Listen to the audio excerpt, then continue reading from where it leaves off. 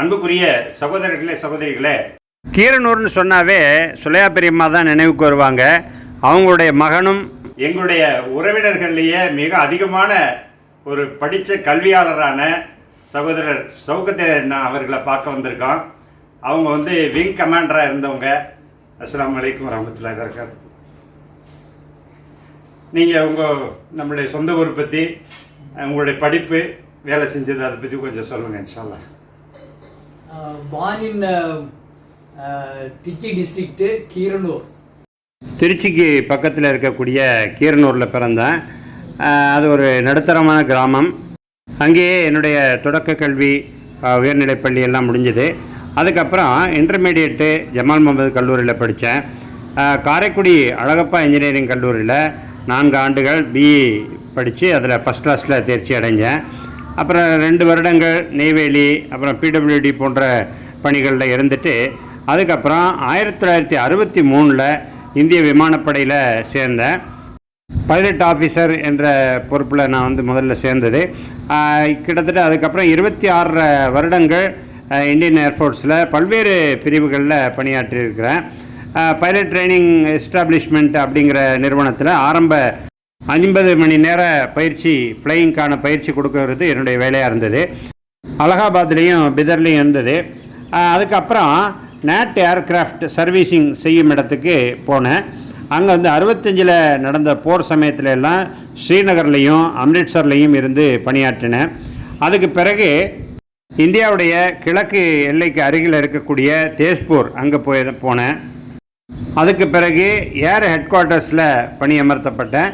அங்கே ஏஏஐபி அப்படின்னு சொல்லி ஏர்க்ராஃப்ட் ஆக்சிடெண்ட் இன்வெஸ்டிகேஷன் போர்டு, அதில் சீனியர் டெக்னிக்கல் ஆஃபீஸராக இருந்தேன். அது ஏர்க்ராஃப்ட் எங்கேயாவது விபத்து நடந்ததுன்னா அதை அங்கே சென்று பார்த்து அந்த விபத்துக்கான காரணத்தை கண்டுபிடிக்க, அதேமாதிரி எதிர்காலத்தில் அப்படி ஏற்படாமல் இருப்பதற்கான ஆலோசனைகளை கொடுக்கணும். இதுதான் அங்கே உள்ள பணியாக இருந்தது. அதுக்கப்புறம் நாக்பூரில் இருக்கக்கூடிய மெயின்டெனன்ஸ் அந்த டிபார்ட்மெண்ட்டுக்கு போனேன். அங்கே ஒரு 2-2.5 வருஷம் இருந்தேன். அதுக்கு பிறகு சூலூர் வந்தேன். சூலூரில் ஏர்க்ராஃப்ட் ஓவரால் டிப்போ இருக்குது. அங்கே பிஆர்டின்னு சொல்லுவாங்க, பேஸ் ரிப்பேர் டிப்போ. அங்கே ஓவராலிங் நடக்கும். அங்கே ஏர்க்ராஃப்ட்டுகளுக்கு அதுக்கு அடுத்த 600 மணி நேரம் அல்லது 800 மணி நேரத்துக்கான ஓவராலிங் வேலைங்க நடக்கும். 74லேருந்து 80, 1974லேருந்து 80 வரை ஒரு முறையும், அதுக்கப்புறம் மறுபடியும் 85லேருந்து 87 வரையும் 2 முறை அந்த சூலூரில் போய் பணியாற்றினேன். இந்த காலகட்டங்களில் கிட்டத்தட்ட 380 ஏர்க்ராஃப்ட்ஸ், அதாவது நேட் ஏர்க்ராஃப்ட்ஸ் மட்டும் கிரண் ஏர்க்ராஃப்ட்ஸுங்கிறது அந்த பயிற்சி விமானங்கள், அந்த கிரண் ஏர்க்ராஃப்ட்ஸு இதெல்லாம் சேர்த்து கிட்டத்தட்ட 380 ஏர்க்ராஃப்ட்ஸுகளை ஓவராலிங் பண்ணியிருக்கோம் என்னுடைய பொறுப்பில் இருந்து. நான் இப்போ ப்ரொடக்ஷன் மேனேஜராக இருந்தேன். 89 என்னுடைய ரிட்டையர்மெண்ட்டு. அதுக்கு முன்னாடி கிட்டத்தட்ட 400 கிரண் ஏர்க்ராஃப்ட்ஸை சர்வீஸ் பண்ணியிருக்கோம். 1989ஆம் ஆண்டு நான் பணி ஓய்வு பெற்றேன். ஏர்ஃபோர்ஸில் இளைஞர்களுக்கு தான் வேலை மதிப்பு. அதனால் 52 வயதிலேயே ரிட்டையர்மெண்ட் கொடுத்துருவாங்க. 52 வயசுலேயே நான் ரிட்டையர் ஆகிட்டேன் அப்படின்னு சொல்லி சும்மா இருக்க முடியுமா? அதனால் நான் என்ன செஞ்சேன், கல்வித்துறைக்கு வந்துட்டேன். 2 கல்லூரிகள், ஜெயா காலேஜ், மெட்ராஸ் யூனிவர்சிட்டிக்கு கீழே இருக்கக்கூடிய ஜெயா கல்லூரியும், அதேமாதிரி வண்டலூரில் இருக்கக்கூடிய BS Abdul Rahman crescent university, இந்த 2லையும் ஏரோநாட்டிக்கல் ப்ரொஃபஸராக இருந்தேன். அப்புறம் ஹெச்ஓடி, அட்வைசர், டைரக்டர், ஏதாவது ஒரு பேர் சொல்லிக்கலாம். ஆனால் 26 வருஷத்துடைய அனுபவத்தை நான் மாணவர்களுக்கு ஏரோநாட்டிக்கல் கற்றுக் கொடுப்பதில் அதை பயன்படுத்த ஆரம்பித்தேன்.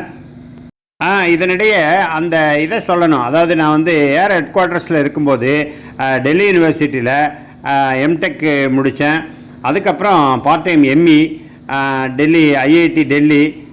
மிகவும் கடினமான விஷயம். ஏன்னு சொன்னால் இளைஞர்களோட போட்டி போட்டு நம்மளும் அதில் பர்ஃபார்ம் பண்ணணும். அதுக்கப்புறம் இந்த பக்கம் இன்வெஸ்டிகேஷனு போகணும், காலேஜுக்கு கிளாஸுக்கு போகணும், இப்படியெல்லாம் இருக்கின்றதுனால ரொம்ப சிரமப்பட்டு அந்த இதை முடித்தேன். ஐஐடி எந்த அளவுக்கு நம்மள்கிட்ட வேலை வாங்குவாங்க, எக்ஸ்ட்ராக்ட் பண்ணுவாங்கங்கிறதெல்லாம் உங்களுக்கு தெரியும். எம்டெக் முடித்தது industrial tribology and maintenance management, இதில் எம்டெக் முடித்தேன்.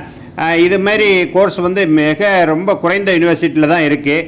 ரிப்பேர் டெக்னாலஜியை கூட கிளாஸ் எடுத்து பாடம் நடத்துகிறாங்கங்கிறது எனக்கு ஒரு ஆச்சரியமான செய்தியாக இருந்தது. ஏரோநாட்டிக்கல் மிகவும் கடினமான சப்ஜெக்டு. நிறைய இமேஜினேஷன்ஸ் எல்லாம் தேவை. ஒரு 10 கிலோமீட்டர் நம்ம தரை வழியில் பயணம் பண்ணுறோன்னு சொன்னால் பெரிய வித்தியாசம் ஒன்றும் இருக்காது. அதே ரோடு, அதே டெம்பரேச்சர் இருக்கும். ஆனால் இதே வந்து 10 கிலோமீட்டர் நம்ம வெர்டிக்கலாக அப்வர்ட்ஸு மேலே போகும்போது என்ன ஆகும்னு சொன்னால் டெம்பரேச்சர் வந்து -57 டிகிரி இருக்கும். அதேமாரி நம்ம தரையில் இருக்கக்கூடிய இதை விட 10ல் 1 பங்கு தான் இருக்கும் ப்ரெஷரு. ஸோ அங்கே வாழ்வதற்காக தேவையான அந்த அட்மாஸ்பியரை உருவாக்கி கொடுக்கணும். இதுதான் ஒரு ஏரோநாட்டிக்கல் இன்ஜினியருடைய வேலை அப்படிங்கிறத நான் அடிக்கடி மாணவர்களுக்கு சொல்கிறது உண்டு. அதனால் இது வந்து ஒரு சாதாரணமான பணி அல்ல, மிகவும் கடினமான ஒரு பணிங்கிறத நம்ம நினைவில் கொள்ளணும். அப்புறம் என்னுடைய கேரியருடைய கடைசியில் கிரசன்ட் யூனிவர்சிட்டியில் இருக்கும்போது சில நண்பர்கள் சொன்னாங்க, உங்களுக்கு இவ்வளோ கால அனுபவங்கள் இருக்குது, நீங்கள் ஏன் வந்து ஒரு பிஹெச்டி பண்ணக்கூடாது அப்படின்னு சொல்லி கேட்டாங்க. அந்த அடிப்படையில் நான் வந்து பிஹெச்டி பண்ண ஆரம்பித்தேன். டைட்டானியம் மெட்டீரியலில் ஸ்பார்க் பிளாஸ்மா சென்டரிங் அப்படின்னு சொல்லக்கூடிய ஒரு புது டெக்னாலஜியில் அந்த பிஹெச்டியை முடித்தேன். 2022 நவம்பர் 27 என்னுடைய அந்த பிஹெச்டி அக்செப்ட் ஆச்சு. அதுக்கப்புறம் எனக்கு வந்து என்னுடைய 85வது வயசில் பிஹெச்டி அவார்டு கொடுத்தாங்க. இப்போவும் வந்து நான் காலேஜுக்கு அப்பப்போ போவேன். பழைய நண்பர்களை, அப்புறம் இப்போ இருக்கக்கூடிய மாணவர்களை, இவங்களெல்லாம் பார்த்துட்டு வர்றது போயிட்டுருக்கு. நிறைய புத்தகங்கள் படிக்கிறது உண்டு. இறைவனுடைய பேரருளை கொண்டு தனது 85வது வயதில் பிஹெச்டி முடித்து இன்றைய இளைஞர்களுக்கெல்லாம் ஒரு முன்மாதிரியாக, ஒரு எடுத்துக்காட்டாக, முன்னுதாரணமாக விளங்கக்கூடிய அண்ணன் ஷவுக்கத் அலி அவர்களை இறைவன் வந்து நீடூழி வாழச் செய்ய வேண்டும், நோயற்ற வாழ்வை தர வேண்டும் என்று அவர்களிடம் விடை பெற்றோம்.